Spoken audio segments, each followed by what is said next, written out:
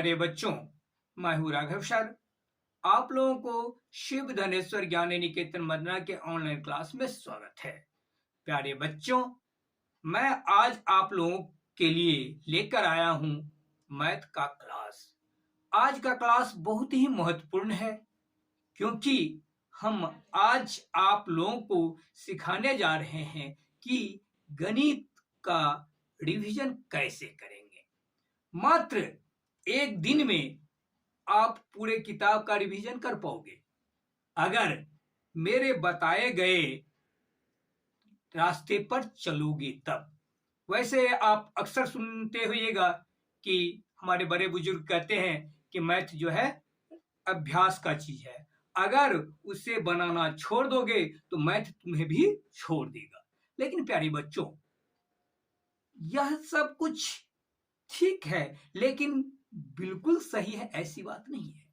Math तो एक ऐसा सब्जेक्ट है जिसे अगर आप एक बार भली भांति समझ लो, उसे बनाना सीख जाओ तो जीवन भर आपको वैसे ही याद रहेगा।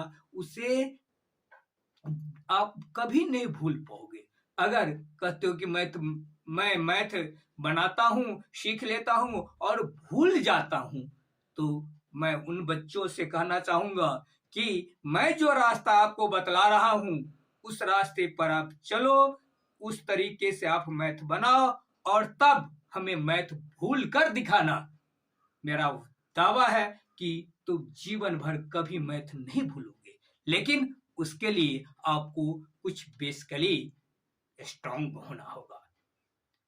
लेकिन घबराइए मत, अगर आप मैथ सीखना चाहते हैं तो आप रेगुलर जो हमारा क्लास चलता है मैथ का उसको देखें। उसमें जो बताया गया है उस रास्ता है उसको आप अपनाएं। प्यारे बच्चों, मैथ अगर ट्रिक से बनाती हो तो वह बहुत बड़ी आपका भूल है, क्योंकि ट्रिक्स से आपको किसी भी विषय का पूर्णतः ज्ञान नहीं प्राप्त होगा और अंततः क्या रिजल्ट होगा कि आप उस विषय में कुछ नहीं जानोगे। इसलिए शॉर्टकट रास्ता को छोड़ो और लंबे रास्ता तय करो जो हमेशा तुम्हें बरकरार रहे। तो देखो बच्चों, अगर आप रिवीजन करते हो तो रिवीजन कब होता है? जब आप एक बार उसको भली भांति बना लिए हो तब। जब एक बार भी आप नहीं बनाए हो तो तुम रिवीजन क्या करोगे? तो रिवीजन कर नहीं पाओगे। लेकिन मैं कहता हूं कि अगर आप मैथ सीखना चाहते हो तो मैथ को बनाने से पहले कुछ बेसिक तथ्य उसको आप भली भांति सीख लो, जो बहुत ही इंपॉर्टेंट है। मैथ अगर हाई स्टैंडर्ड का या कोई भी मैथ बनाते हो तो उसको बनाने के लिए आपको कुछ आवश्यक तथ्य है जिसकी जानकारी आपको होना अनिवार्य है। पहला क्या है? तो आपको साधारण जोड़, घटाव, गुणा, भाग, लघुत्तम, महत्तम आना चाहिए। उसके बाद है भिन्न का जोड़, घटाव, गुणा, भाग, ये सब आप जानते हो। एक एक नियम पर जो आधारित सवाल है उसको सॉल्व करना जानते हो।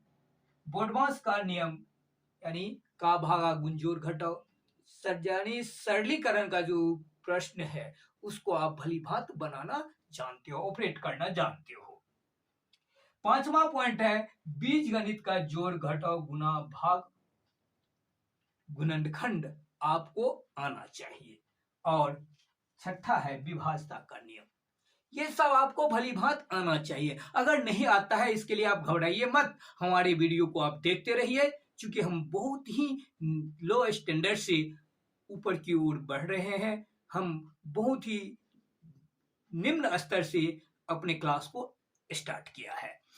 आप हमारे पहले वाले वीडियो में देख सकते हैं विभाज्यता का नियम, जिसके अंतर्गत हमने 2, 3, 4, 5, 6, 7, 8, 9 और 11 से कौन कौन सा संख्या विभाज्य है उसका पहचान करने का क्या नियम है उसको मैं बताया है। तो आप उसको आप भली भांति सीख लोगे। उसके बाद फिर हम इससे जितने भी रिलेटेड तथ्य है उसका डिटेल्स आपको अपने आने वाले वीडियो में देंगे। तो बच्चों, इतना होने के बाद भी क्या तुम क्विक में रिवाइज कर लोगे? नहीं। उसके लिए है कि आप जो भी मैथ के को रिवाइज करने जा रहे हैं, चाहे वो बीजगणित हो या अंक गणित हो या फिर मेंसुरेशन हो, ट्रिग्नोमेट्री हो, यानी जो भी मैथ आप रिवाइज करने जा रहे हो, उससे मैथ का आप एक बार अच्छी तरह से कंप्लीट कर लिए हो, तब जाके आप रिवीजन कर पाओगे। यानी जो आपका विषय वस्तु है, जिस क्षेत्र का मैथ है, उसको आप, उस विषय वस्तु को आप भली भांति अच्छी तरह से समझ लिए हो। तो अगर आप ये सब नहीं कर पाए हैं अभी तक, तो घबराने की कोई जरूरत नहीं है। मैं जो क्लास ले रहा हूं, मैं जो अपने गणित के क्लास का वीडियो अपलोड कर रहा हूं, आप उसे देखते जाइए और जहां भी कोई समस्या हो, हमें कमेंट कर बताइए। और अगर हमारा वीडियो आप लोगों को पसंद आवे तो निश्चित रूप से आप लाइक कीजिएगा। और जो व्यक्ति अभी तक हमारे चैनल शिव धनेश्वर ज्ञान निकेतन मदना को सब्सक्राइब नहीं किए हैं, वो निश्चित रूप से सब्सक्राइब कर लेंगे, ताकि हम जो वीडियो अपलोड करते हैं उसका नोटिफिकेशन आप तक सबसे पहले पहुंचे। और हम बच्चों, अगर वीडियो से आप लोगों को फायदा हो तो इसे अपने दोस्तों को जरूर शेयर करेंगे। तो चलते हैं, हम रिवाइज कैसे करते हैं।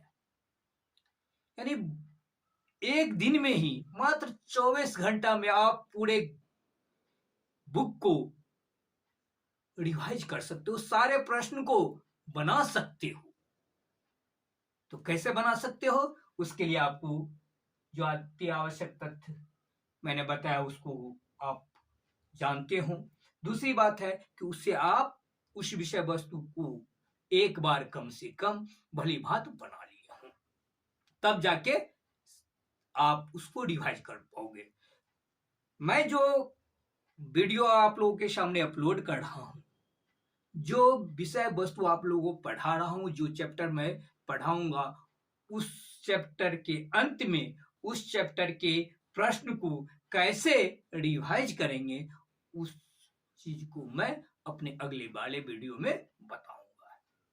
तो चले हम लोग देखते हैं कि कुछ सवाल है, जैसे 5 सवाल हम लिया है यहाँ पे आप लोगों को दिखाने के लिए कि कितना जल्दी में यह सवाल सॉल्व होता है। तो ये 5 सवाल ही नहीं, आप कोई भी मैथ ले लो, कोई भी प्रश्न उठा लो, उसको बस सेकंड में ही आप बना लोगे, लेकिन शॉर्टकट तरीके से नहीं। अगर शॉर्टकट तरीके से बनाना सीखो, ट्रिक पर मैथ बनाना सीखे हो, तो कभी भी तुम मैथ सही से नहीं सीख पाओगे।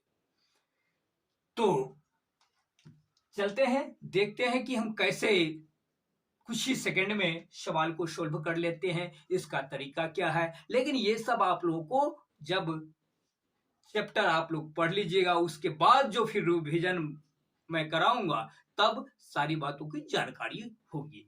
अभी तो मात्र मैं इसका एक नमूना दिखा रहा हूं कि आप लोग को विश्वास हो जाए कि वास्तव में अगर इस तरह से, जिस तरह से मैं बता रहा हूं, उस तरह से पढ़ाई किया जाए तो मैथ के पूरे बुक को मात्र एक दिन में आप रिवाइज कर लोगे। और वह समय दूर नहीं जब आप उससे खुद करोगे। तो देखो बच्चों, मैथ का जब हम रिवीजन स्टार्ट करते हैं तो मात्र एक पेज लेते हैं। कोई भी कॉपी का पन्ना एक ले लीजिए और कलम ले लीजिए। उसके बाद आप बुक उल्टाइए, जो प्रश्न आपको रिवाइज करना है उसको पढ़िए, गौर से पढ़िए। जैसे देखिए यहां पर लिखा हुआ है, एक काम को 8 दिन में और बी उसी काम को 12 दिन में करता है। ए और बी दोनों साथ साथ मिलकर उस काम को कितने दिनों में पूरा करेंगे। तो बच्चों यहाँ पर स्पष्ट है कि ए कोई आदमी है या कोई भी हो जो कोई भी काम को कितना दिन में करता है। अगर अकेले करता है तो 8 दिन में वो करता है, और बी कोई दूसरा व्यक्ति है जो थोड़ा उससे धीमा है, स्लो गति में काम करता है, वह अगर उसी काम को करना शुरू करता है तो वो कितना दिन में कर लेगा, 12 दिन में कर लेगा। तो कहता है कि अगर ए और बी दोनों मिलकर उसी काम को करना शुरू कर दे तो वो कितने दिनों में करेगा, यह आपको पता ना है। तो इसके लिए आप क्या करोगे, अब यहाँ पर देखो कहता है ए एक काम को कितने दिन में करता है, 8 दिन में करता है। तो बच्चों आप लोगों को क्या करना है, खट सिन ये निकाल लेना है कि एक दिन में ए कितना काम करता है। यानी ए जो उस काम को कर रहा है तो 8 दिन लगा रहा है, लेकिन हमको यहां पर क्या करना है, देखना है कि ए जो है एक दिन में अगर काम करता है तो एक दिन में वह काम का कौन सा पार्ट करता है। तो इसके लिए आप कुछ लिखो नहीं, इसके लिए आपको कुछ नहीं लिखना है, क्योंकि आपको रिवाइज कर रहे हैं ना। तो सिर्फ जो जो पॉइंट आपको ये लगे कि हम मिसमाइंड कर जाएंगे उसी को नोट करना है, बाद बाकी सारा ब्रेन में। तो कैसे करेंगे, लिखेंगे 8 दिन में ए एक काम को, यानी 8 दिन में क्या करता है, ए जो है ए एक काम करता है। कितना काम करता है, एक काम, कितना दिन में, 8 दिन में। चूंकि काम जो है एक पूरे पार्ट एक ही है, अगर वह एक दिन में करेगा तो यहां पर आपको एक ही नियम का रूल आना चाहिए, नहीं आएगा तो आपके समझ में नहीं आएगा। एक दिन में कितना करेगा, जो दाएं वाला अंक रहता है वो ऊपर जाता है और जो बाएं वाला अंक रहता है वो अपोन में आता है, पट्टा में आता है। यानी ये जो है एक दिन में कितना काम करेगा, 1/8 काम करेगा। ठीक उसी तरह से बी का निकाल लेंगे कि बी जो है एक पूरे काम को 12 दिन में करता है, इसलिए एक दिन में कितना काम करेगा, तो वो निश्चित रूप से कितना काम करेगा, 1/12 काम करेगा। ठीक है, अब बच्चों आप लोग क्या करोगे कि कहता है दोनों मिलके, तो दोनों मिलके देखो कि वो एक दिन में कितना काम कर रहा है, दोनों को जोड़ दो। तो 8 और 12 का लघुत्तम लोगे तो कितना होगा, 24 आएगा। ये लिख दे 24 में 8 से भाग दिए तो भागफल कितना है, 3। तो उसको या तो ब्रेन में रखो 3, और 24 को जो है आप 12 से भाग दोगे तो भागफल आएगा 2, ब्रेन में रखे 2, दोनों को जोड़ लिए कितना हो गया, 3 और 2 5/24। यानी एक दिन में ए बी दोनों मिलकर कितना काम करता है, 5/24 काम किया। अब है कि कहता है कि उस पूरे काम को दोनों मिलकर कितना दिन में करेगा, तो 5 लिखेंगे इसको, 5/24 काम कितने दिन में करता है, दोनों मिलकर एक दिन में ना, तो लिखेंगे एक दिन में। तो इसको उल्टा के लिखेंगे, एक दिन में ए और बी दोनों मिलके 5/24 काम करता है, नहीं, यानी 5/24 काम करता है कितना दिन में, एक दिन में। जो चीज निकालना रहता है उसको हम दाएं साइड में लिखते हैं। तो 5/24 काम कर रहा है एक दिन में, इसीलिए एक काम कितना है, एक ना, तो एक काम कितना दिन में करेगा, 1/5/24। यानी ये आप उसको उल्टोगे, क्योंकि 3 पार्ट में जो भिन्न आता है तो वो पलट जाता है। 1/5 गुने 24 यानी 24/5। यानी कहने का अर्थ ये हुआ कि ए और बी दोनों मिलकर कितने दिन में काम करेगा, 24/5 यानी 4/4/5। तो बच्चों आपने क्या देखा, कुछ सेकंड में ही आप इस मैथ को सॉल्व करना सीख लिए। देख लिए कि हमसे बन रहा है, बस लिखना कुछ नहीं है, जो आप जिसको आप याद नहीं रख पाते हो बस उसी को लिखना है, नहीं तो सारा कैलकुलेशन आप अपने ब्रेन में करो। अगला देखो, अगला है 15 लड़कों की औसत आयु 12 है। औसत क्या होता है, किसी भी चीज का औसत निकालना होता है तो जो पद दिया है उस सारे को जोड़ देते हैं, बट्टा में कुल संख्या से भाग देते हैं, नहीं तो औसत निकलता है। यहाँ पर औसत ही दिया है 12, यानी 15 लड़का का जो कुल जो उम्र का जोड़ है तो कितना हो जाएगा, 15 गुने 12, 15 दहें 150, 15 दूना 30 यानी 180। यानी 15 लड़का का जो उम्र है उस सारे लड़के के उम्र को अगर जोड़ते हैं तो कितना आ रहा है आपको, 180 आ गया। ठीक। अब 13 लड़कियों की औसत आयु 16 है। लड़की कितना है वहां पे? 13 है। अगर 13 लड़की की औसत आयु क्या है? 16, यानी 13 लड़कियों की टोटल आयु कितना होगा? 13 लड़कियों के सारे लड़कियों का उम्र जो अगर जोड़ देंगे तो कितना होगा? इसके लिए आपको क्या करना होगा? 13 और 16 को गुना करना होगा। यानी जितने समूह का हम औसत निकाल रहे हैं उसके संख्या से जो औसत है उसको गुना किया जाता है। ये सारी चीज आपको कैसे होता है ये अभी मैं नहीं बता पाऊंगा। ये कब बताएंगे? जब हम औसत चैप्टर पढ़ेंगे तब। इसलिए हमने क्या कहा था कि किसी भी विषय वस्तु को आपको यानी जिसका आप रिवाइज कर रहे हो उसका पूर्णतः जानकारी होना चाहिए। तो गुना करो। कैसे गुना करोगे? गुना करने में जल्दीबाजी करना होगा और मौखिक गुना करना होगा। कैसे? आपको गुना करना है 16 और 13 को, तो इसको क्या करोगे? 16 को 3 से गुना कर लो। 16 या 48। 48 का क्या लिखोगे? 8। 48 का क्या लिखे? 8। हासिल कितना आ गया? 4। अब यहां पर कितना है? 1 को 16 से गुना कर दो तो 16 और 4 कितना हो गया? 20। तो यहाँ पर 20 लिख दो। यानी 13 लड़कियों का औसत उम्र कितना हो गया? 13 लड़कियों का जो टोटल उम्र है वो कितना हो गया? 208 हो गया। अब क्या करेंगे? 208 और 180 को जोड़ेंगे, कितना हो जाएगा? 300 आपको 88 आ रहा है। इसमें भाग कितना से देना है? 28 से। देखो इसके अंत में भी 8 है और इसके अंत में भी 8 है, तो ये 2 से कट जाएगा। कितना? 2 का 2, तो 3 में से 2 गया 1, 1 पर 8 उतरा 18। उसको अगर 2 से भाग देते हो तो 9 दूना 18 और 4 दूनी 8। फिर इसको काटते हो तो कितना होता है? 14। फिर आप देख रहे हो यहाँ पर 4 है और यहाँ पर भी 4 है, तो इसको भी काटो। तो 7 दूनी 14, इसको काटोगे तो 9 दूना 18 और 19 में से 18 गया तो 1 पर 4 14, यानी 97। अब 97 में आपको कितना से भाग देना है? 7 से। तो कैसे भाग दीजिएगा? 9 में 7 से भाग दीजिएगा 1 मरतबे, लिख दिए। उसके बाद कितना हो गया? 9 में से 7 जो आप घटा रहे हो तो कितना बच रहा है? 2। और 2 पर से क्या उतरेगा? 7, यानी 27। 27 में 7 से भाग देते हैं तो क्या मरतबे लगता है? तो 7 चौक 28 हो जाता है, लेकिन हमको 27 ही है तो हम 4 मरतबे नहीं 3 मरतबे लेंगे। तो 7 या 21, कितना हो गया? 21। 27 में से 21 आप घटा रहे हो, कितना आ रहा है? 6। कितना आया? 6 आया। तो 6 में तो 7 से भाग नहीं लगेगा, इसके लिए आप क्या दोगे? दशमलव दोगे। और उसके बाद यहाँ पर क्या हो जाएगा? 0। तो यहाँ पर फिर भाग दो। 7 का पारा कितना बार पढ़ोगे कि 60 से कम आवे? तो 7 अट्ठे 56। तो क्या लिखोगे? 8 मरतबे।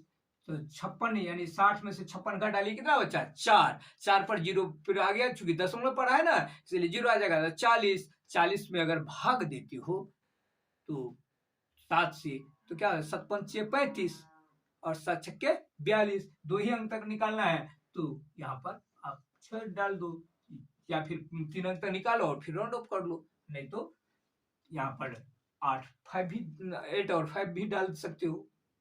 तो इस तरह से आप कुछ ही सेकंड में मैथ को रिवाइज कर सकते हो। तीसरा प्रश्न है कि किसी कक्षा में 72 छात्र उपस्थित है, यानी किसी वर्ग में कितना लड़का है? 72 को अभी आया है और 8 अनुपस्थित है, 8 नहीं है। तो कितने प्रतिशत छात्र अनुपस्थित थे? तो और जिसका आपको प्रतिशत निकालना है उसके संख्या को 100 से गुना करते हैं और टोटल नंबर जो है उससे भाग देते हैं। तो भाई यहाँ पर टोटल नंबर है कितना कि उस क्लास में टोटल स्टूडेंट है कितना कि आपको निकालना होगा। कैसे निकालिएगा? जो आया है आज यानी जो उपस्थित है यानी 72, उसमें जो नहीं आया उसको जोड़ दीजिए तो वही टोटल संख्या निकल जाएगा। यानी 72 छात्र जो है आया है, 8 वो छात्र आज स्कूल नहीं आया है। तो टोटल कितना हो गया? ये 72 8 को जोड़ दिए तो 80। 80 छात्र छात्रा जो है वहां पे उस क्लास में टोटल है। अब कहता है कि जो छात्र अनुपस्थित है उसका प्रतिशत निकालने के लिए तो आपको तो बताना है कितना अनुपस्थित है। तो 8, तो उसको 8 गुने 100 बट्टा टोटल कितना है आपको? 80।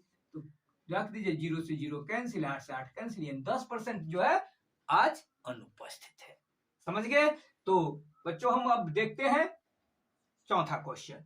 कहता है एक घड़ी को 153 रुपया में बेचने पर 15% का हानि होता है। क्या होता है? 15% का हानि। ये क्या चीज दिया हुआ है? 153 विक्रय मूल्य दिया हुआ है।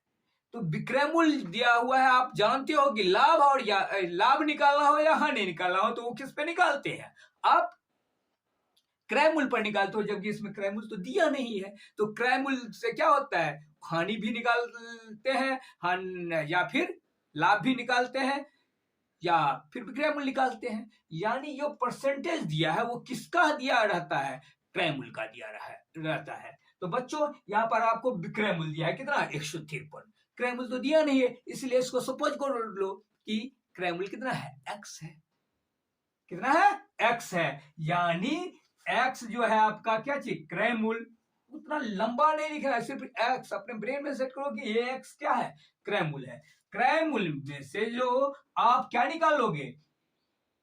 क्रय मूल्य में जो है आप हानि जो है, हानि निकालो क्रय मूल्य से, और क्रय मूल्य में से जो आप हानि घटा लेते हो, क्रय मूल्य में से हानि घटा लेते हो, जो बचता है वही आपका क्या होता है? विक्रय मूल्य। तो आपका क्रय मूल्य क्या था? x, और हानि कितना है? 15%, यानी x का 15%। तो x का 15%, प्रतिशत 100, ऐसे कर लो। ठीक। तो ये क्या हो जाएगा? आपको 153, चूंकि क्या है? ये 153 विक्रय मूल्य है, तो ये विक्रय मूल्य निकल गया। तो इसको काटो, 5 या 15, 20 पंचे 100, कितना आया? 20 पंचे 100। अब x में से 3x बट्टा 20 घटाना है ना, तो लिखो 153 और बराबर x घटाओ 3x माइनस 20 बट्टा पर का घटा होगा। इसको तो आप ब्रेन में कर लेना है। 1 और 20 को एलसीएम निकालोगे 20 होगा, 20 में 1 से भाग दोगे तो 20 ही होगा, 20 को x से गुना करोगे तो 20x। तो ये हो गया आपका 20x, और उसमें से 20 में 20 से भाग दीजिएगा, 1 होगा, 1 को 3x से गुना कीजिएगा तो 3x। 20x में से 3x गया, कितना हो गया? 17x। अब बट्टा में क्या था? 20, तो 17x बट्टा 20 अब बराबर हो गया 153 ना। तो आप इसको सीधे लिख लीजिए, क्या? 17x बट्टा 20 बराबर 153। अब गुना कर दीजिए, क्योंकि x का वैल्यू निकालना है ना, तो इसको इधर ले जाएंगे तो क्या हो जाएगा? 153 गुने 20 बट्टा 17। अब आप जानते हैं, क्या जानते हैं? कि 17 नम्मा 153 होता है। तो इसको डायरेक्ट काट दीजिए, 9 से इसको गुना कीजिए, x का वैल्यू क्या निकल गया? 180 रुपया। यानी क्रय मूल्य आपका निकल गया 180 रुपया, तो 180 रुपया। अब कहता है कि कितना प्रतिशत लाभ कम है 180 पर, तो इसको आप 10% कहते हैं ना, तो 10%, 10 बट्टा 100 कर दीजिए ना। हो गया, कितना हो गया? 18 रुपया आपको लाभ कमाना है, तो 180 रुपया में खरीदे थे और 18 रुपया लाभ कमाए, कितना में बेचे? 198, 198। तो यानी जो भी आपको कैलकुलेशन करना है वो सारा आपको ब्रेन में करना है। सिर्फ वही पॉइंट आप कॉपी पर नोट करोगे जो आप समझते हो कि हम इसको भूल जाएंगे, मिस कर जाएंगे। तो बच्चों हम अब थोड़ा उससे ऊपर चलते हैं, देखते हैं क्वेश्चन नंबर 5। ए की उम्र बी की उम्र से 15 वर्ष अधिक है। अब क्या है? ए की उम्र बी की उम्र से 15 वर्ष अधिक है, यानी बी का जितना उम्र है ना उसमें 15 जोड़ दो, ए का उम्र निकल जाएगा। कहता है अगर दोनों की उम्र को जोड़ दो, ए का उम्र भी जोड़ दो और बी का भी उम्र जोड़ दो, तो क्या होता है? 75 वर्ष आता है। तो आपको ए और बी का उम्र निकालना है। बहुत ही सिंपल है, लेकिन इसमें आपको बीजगणित का उपयोग करना पड़ेगा। क्या करोगे? कहता है ए का उम्र बी की उम्र से, यानी बी पर निर्भर करता है ए का उम्र, तो जिस पे निर्भर करता है उसी को करते हैं, मान लेते हैं। यानी बी की उम्र को क्या मान लिए आप? x मान लिए, ठीक। और तब ए का उम्र क्या हो जाएगा? x प्लस 15 हो जाएगा ना। हो गया। और कहता है दोनों को जोड़ देने के लिए, तो जोड़ दीजिए, x और x को जोड़िएगा तो 2x, आप 15, कितना हो गया? 2x प्लस 15, यानी दोनों को उम्र को जोड़ते हो तो 2x प्लस 15, और यह दोनों का उम्र कितना दे रहा है आपको 75, तो उसमें बराबर कर दिए 75। अब 2x 15 को उधर ले जाएंगे तो इधर प्लस में तो उधर माइनस में, 75 माइनस 15 यानी 2x बराबर कितना हो गया आपको 60, तो x बराबर 60/2 यानी 30। तो x किसको माने थे आप, एक b को माने थे ना, तो b का उम्र हो गया आपको 30 वर्ष, उसमें 15 जोड़ दीजिए तो निकल जाएगा a का उम्र, यानी 30 जोड़ 15 यानी 45 वर्ष। तो बच्चों आप इससे क्या समझे, मैं इस वीडियो के जरिए आप लोगों को यही बताना चाहता हूं कि मैथ को जो है ट्रिक से मत बनाइए, पहले आप बेसिक कॉन्सेप्ट को समझें, फिर उस विषय वस्तु को अच्छी तरह से समझ लें और बना लेते हैं। जब अच्छी तरह से आप वो मैथ आ जाता है तो उसको रिवाइज करने के लिए आप महीना में 1 दिन 2 घंटा का समय निकाल लो, और जितना महीना भर में मैथ को आप सीखे हो उसको आप रिवाइज कर लोगे। बस उसके लिए आप क्या करोगे, एक पन्ना लोगे, सादा पन्ना, और एक कलम लोगे और सारा कैलकुलेशन अपने ब्रेन से करोगे, सिर्फ वही तथ्य लिखोगे कॉपी पे जो आप समझते हो कि हम भूल जाएंगे। और इस तरह से अगर आप रिवीजन करते हो तो निश्चित रूप से मैथ कभी नहीं भूलो। वह दिन दूर नहीं जब आप मेरे तरह आप भी कहोगे कि मैथ भूल कर दिखाओ।